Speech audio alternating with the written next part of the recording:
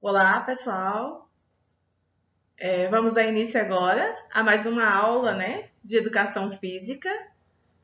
Hoje nós vamos conhecer um pouco mais sobre a luta do sumô, né, que é uma das lutas do mundo que nós iremos estudar. Nós vamos conhecer algumas curiosidades dessa luta.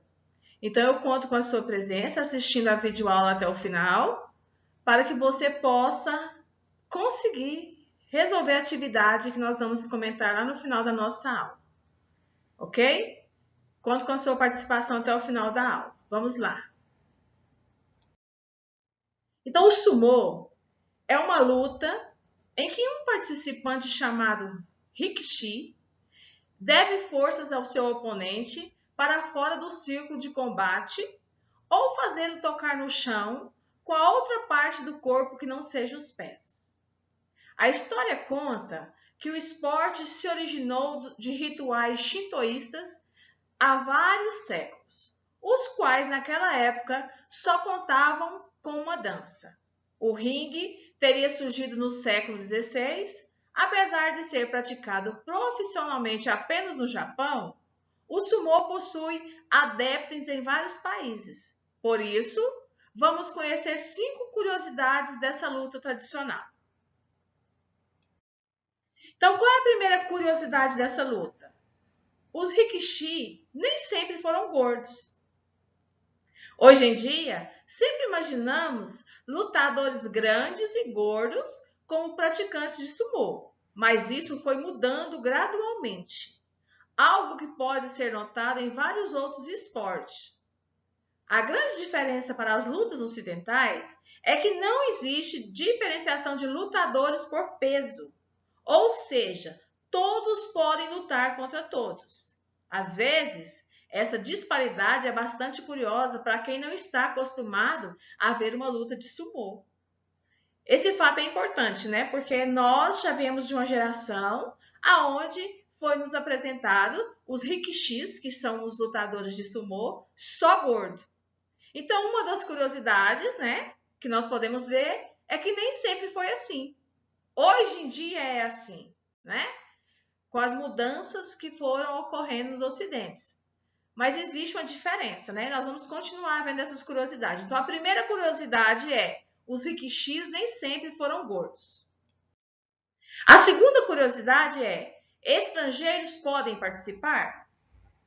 Se você é um gaijin, ou seja, um estrangeiro, que tem vontade de participar profissionalmente de um campeonato de sumô, saiba que você pode. Inclusive, vários dos melhores lutadores nem nasceram no Japão. Entretanto, cada estábulo, o local de treinamento, restringe a presença de estrangeiros a apenas um participante. Então, com certeza, há um tempo atrás, só quem nasceu lá no Japão poderia praticar essa luta. Hoje não. Hoje, se você tiver essa vontade, você sabe que você pode participar. Então, a segunda é: os estrangeiros podem participar? Sim. A terceira curiosidade é: dedicação extrema. Não pense que basta ser gordo para lutar sumô. É necessário seguir à risca as regras da Associação Japonesa de Sumô. A maioria dos lutadores precisa viver nos estábulos. Quem define toda a sua rotina de treinos, alimentação e vestimentas? Olha que curiosidade, né? Então, eu posso ser gordo, eu posso ir lá e lutar? Não, tem regras, existem regras e eles dizem que são necessários cumpri-las à risca. E a maioria dos lutadores precisa viver aonde eles treinam, que são chamados de estábulos, porque são os seus mestres, seus orientadores ali, que definem toda a sua rotina de treinos, alimentação e vestimentas. A quarta curiosidade: os lutadores também dançam. Ao entrar no ringue, cada lutador precisa fazer um ritual bastante semelhante a uma dança. Eles pisoteiam o chão e batem palmas, em uma tradição que significa expulsar os maus espíritos do ringue. Eles também se encaram batem palmas juntos e abrem os braços para mostrar que estão desarmados. Olha que interessante, né? Essa curiosidade aqui. Os lutadores também dançam. E se nós aprendemos que todo movimento é uma dança, verdadeiramente toda luta inclui alguns movimentos de dança, né?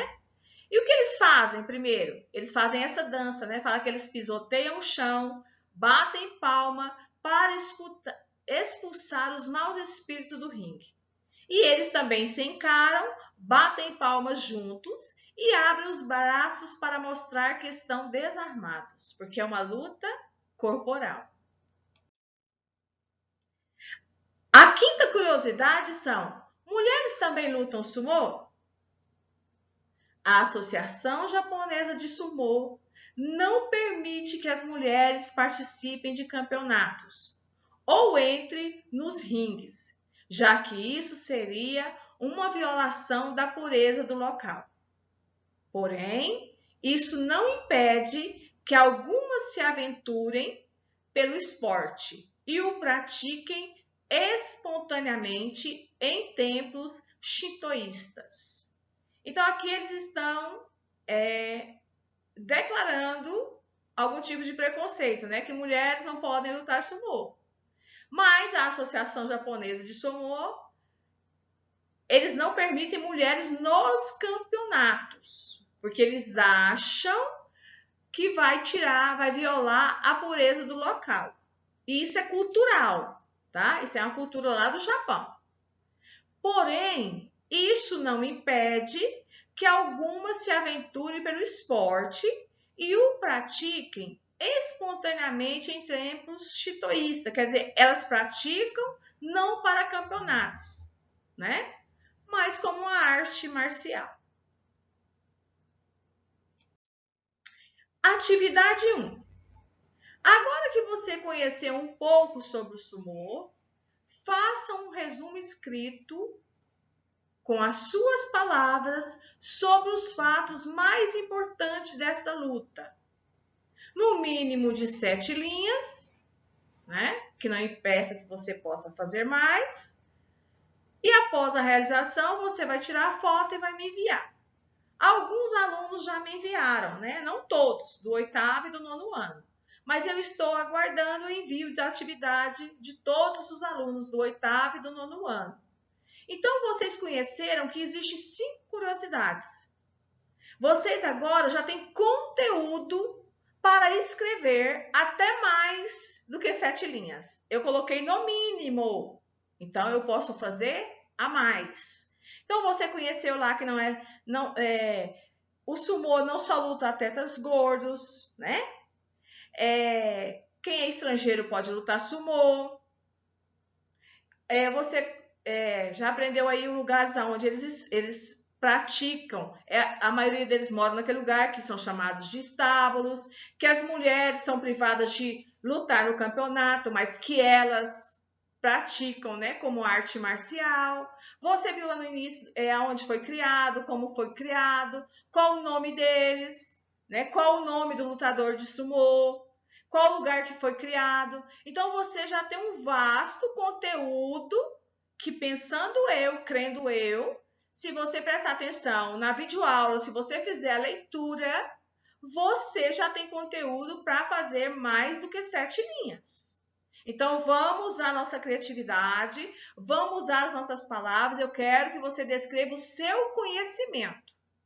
Eu não quero que você use termos do texto que eu te apresentei, tá? Então, vamos aprender a descrever aquilo que nós entendemos.